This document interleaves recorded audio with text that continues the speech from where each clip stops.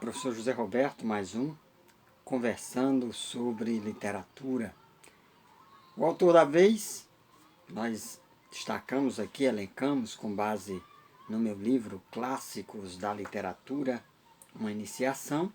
O autor que nós vamos tratar neste vídeo, neste episódio, é o Victor Hugo, autor de várias obras, a principal delas e que é objeto da nossa conversa, Os Miseráveis.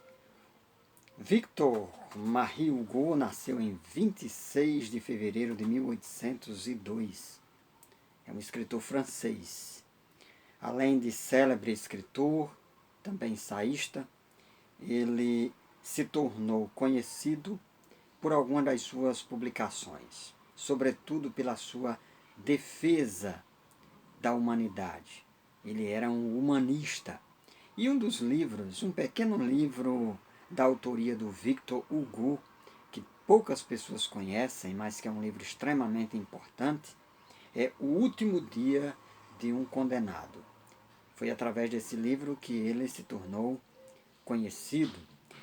Depois ele escreveu Corcunda de Notre Dame e foi extremamente inspirado por ou influenciado por um escritor britânico, que também mereceria ter um vídeo próprio e específico para ele aqui nas nossas discussões, que é o Charles Dickens. O Victor Hugo, por mais de 30 anos, trabalhou em uma obra que viria a se tornar sua obra-prima. E eu estou me referindo a essa mesma, Os Miseráveis. Essa obra que já foi levada às telas, transformada em minisséries, transformada em filmes e, mais recentemente, um belíssimo musical que foi aclamado pelo público e pela crítica. Mas é importante ler a obra, e é importante conhecer Os Miseráveis, escrito pelo Victor Hugo, que veio a falecer no dia 22 de maio de 1885. Essa obra, Os Miseráveis, é uma obra monumental, inclusive pelo tamanho, né? Eu tenho aqui, só para vocês terem ideia, né, em 2 volumes, o volume 1 e o volume 2, publicado pela editora Nova Fronteira, uma encadernação de luxo aqui, que eu aproveito inclusive para recomendar. Essa aqui é uma tradução de Casimiro Fernandes, que foi revista e atualizada por Eduardo Rossal e Jorge Bastos Cruz. Então eis aí a dica e a nossa sugestão de leitura para o próximo mês, você que está nos acompanhando aqui ao longo dessa jornada. Então, essa obra ela foi publicada no dia 3 de abril de 1862, com lançamento simultâneo em vários países, tendo vendido 7.000 exemplares somente em Paris, dentro de 24 horas.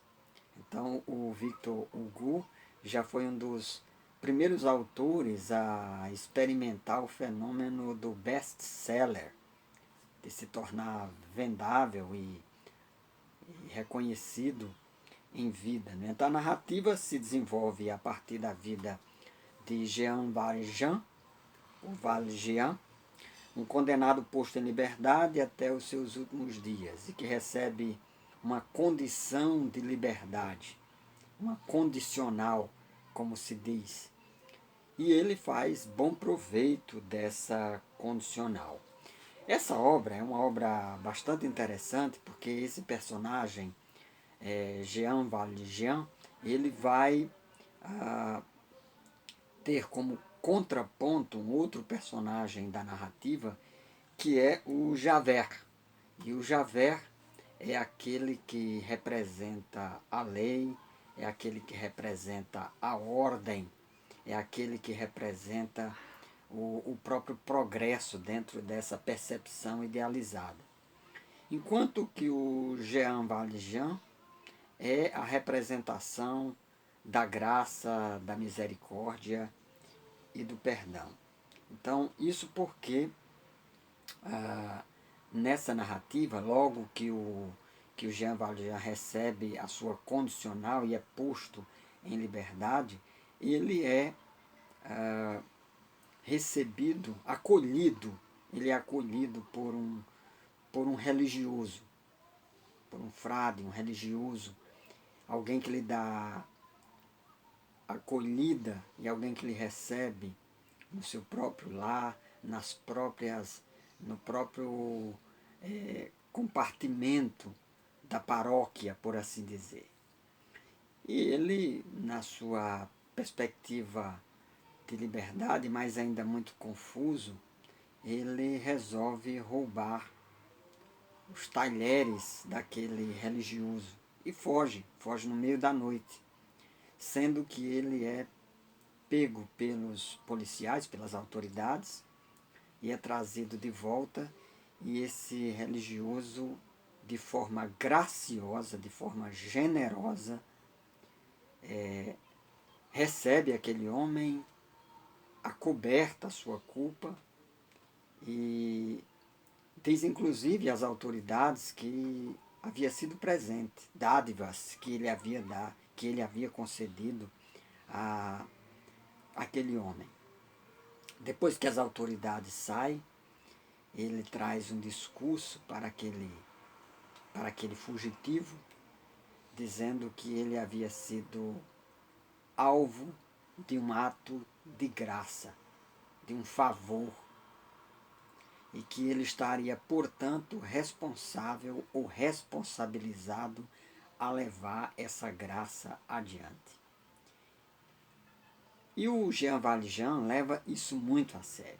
Então a vida dele, o desdobramento desse romance que é magistral, é uma obra-prima da literatura, é justamente a vida de um homem que foi marcado por uma graça e o desafio de viver a partir dela, dali em diante. Então ele vai conhecer Cosette, vai conhecer uma série de outros e outras personagens que vão marcar a sua existência, inclusive Marius, né, Fantine, que são personagens importantes da obra e que todos são agraciados pelo Jean Valjean. Em contraponto, conforme eu já adiantei, o Javert é aquele que representa o legalismo, que representa a norma, que representa os preceitos e a observância irrestrita e, às vezes, quando eu usei a expressão legalista, desumana até, que a lei deve ser obedecida a todo e qualquer custo, ainda que, às vezes, ela seja desumana.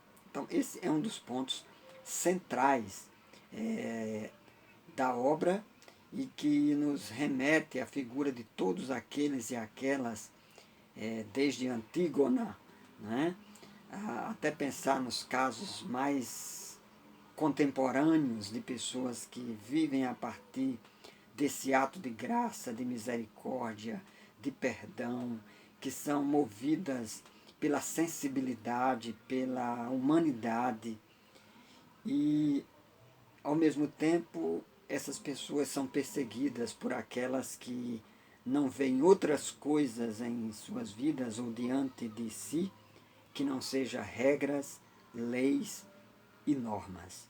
E que, se possível for, elas sacrificam a vida das pessoas e a vida delas mesmas em prol de determinados padrões, regras, princípios, normas e leis. Então, esse é um dos principais enfoques que nós destacamos nos Miseráveis de Victor Hugo. A obra consiste, nós destacamos aqui, de um romance, tem o relacionamento de Marius e Cosette, e tem também uma dimensão política na obra, que é a busca por transformações sociais, a Revolução Francesa, os ideais de igualdade e de liberdade. Então, é uma obra também de cunho político. E o amor, destaca o Victor Hugo em sua obra, o amor não deve isentar as pessoas de suas responsabilidades, sobretudo as responsabilidades sociais. E aí um convite sempre para ler Os Miseráveis, do Victor Hugo, para nós não perdermos a nossa humanidade, o nosso senso de responsabilidade e saber que nós somos responsáveis pelo outro e nós devemos ser tocados e sensibilizados por essa dimensão social. Então, o próprio título da obra, Os Miseráveis, mostra a condição humana, essa condição humana, sobretudo das pessoas que são mais vulneráveis, que eu prefiro dizer que são pessoas que foram vulnerabilizadas pelas condições sociais que lhes foram impostas, pelas intempéries da vida, que muitas vezes estão para além das pessoas, as guerras, os interesses políticos, as pandemias, as doenças,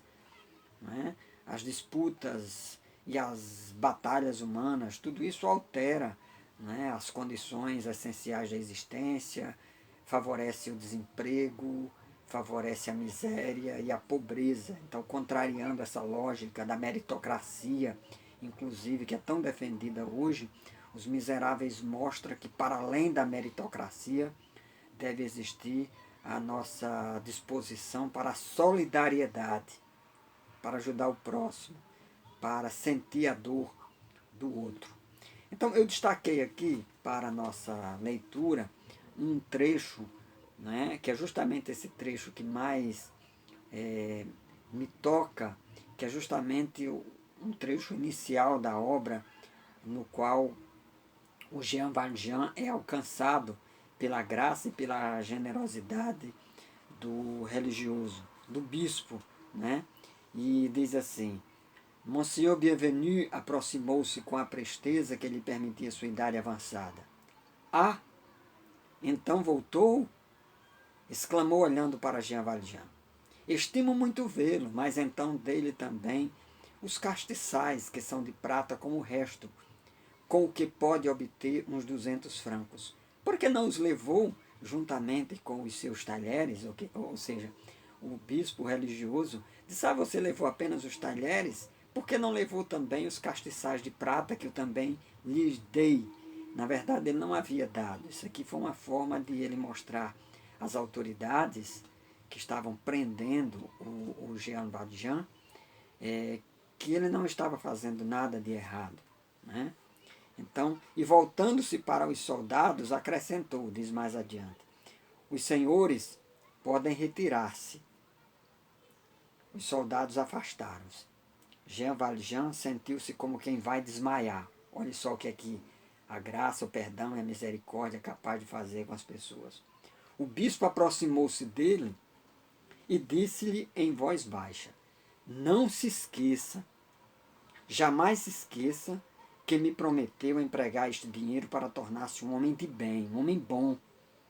Jean Valjean, que não tinha lembrança alguma de ter prometido o que quer que fosse, ficou sem saber o que dizer.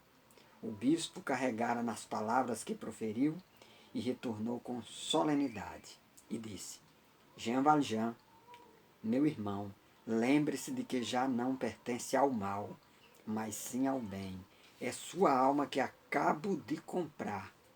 Furto-a aos meus pensamentos e ao espírito de perdição para entregá-la a Deus. Então, que oportunidade da gente refletir, não apenas literariamente, mas sociologicamente, sobre o valor da graça, do perdão, da misericórdia, e que ao invés da gente repassar tantas fake news, tantas notícias falsas, tantas coisas que destroem o outro, que a gente faça parte de uma corrente do bem, que inclusive é um título de um livro, ou melhor, de um filme, né, com Kevin Spacey, um filme muito interessante, que também nos desafia para essa solidariedade, para a gente levar o bem adiante ao invés do mal. Então, esse trecho que eu li é do livro 2, tradução que eu li aqui é da Regina Célia de Oliveira. Fica aí, portanto, a minha sugestão para que nas próximas semanas você leia. Evidentemente, essa não é uma obra de fácil leitura, não é de uma leitura rápida. Eu já li Os Miseráveis pelo menos 2 ou 3 vezes, mas eu tomei um ano inteiro para ler os 2 volumes. Recomendo a você, é um daqueles livros que, como a gente costuma dizer, você tem que ler antes de morrer. Os Miseráveis, de Victor Hugo. Aproveite aí, curta o nosso vídeo, compartilhe, assine o nosso canal e vamos levar adiante esta mensagem, sempre conversando sobre literatura. Professor José Roberto. Até a próxima.